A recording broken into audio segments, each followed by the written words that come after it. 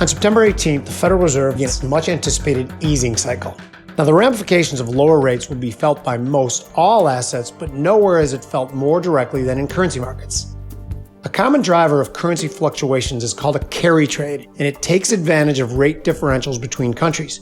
In an extremely low-rate country like Japan, traders have the incentive to borrow yen at the low rate and use it to buy dollars, then invest those dollars in higher-rate U.S. bonds.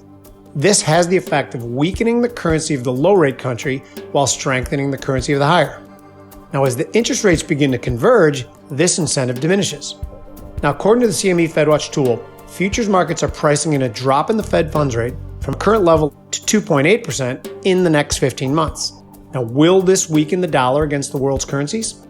Well, the answer to that question depends on the rate path of those other countries as well.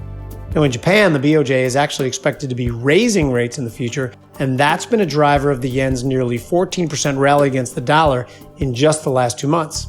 Now, the signal from the remaining global central banks may not be as clear, as the Bank of England, the ECB, and the banks of both Canada and Australia are planning on easing alongside the Fed.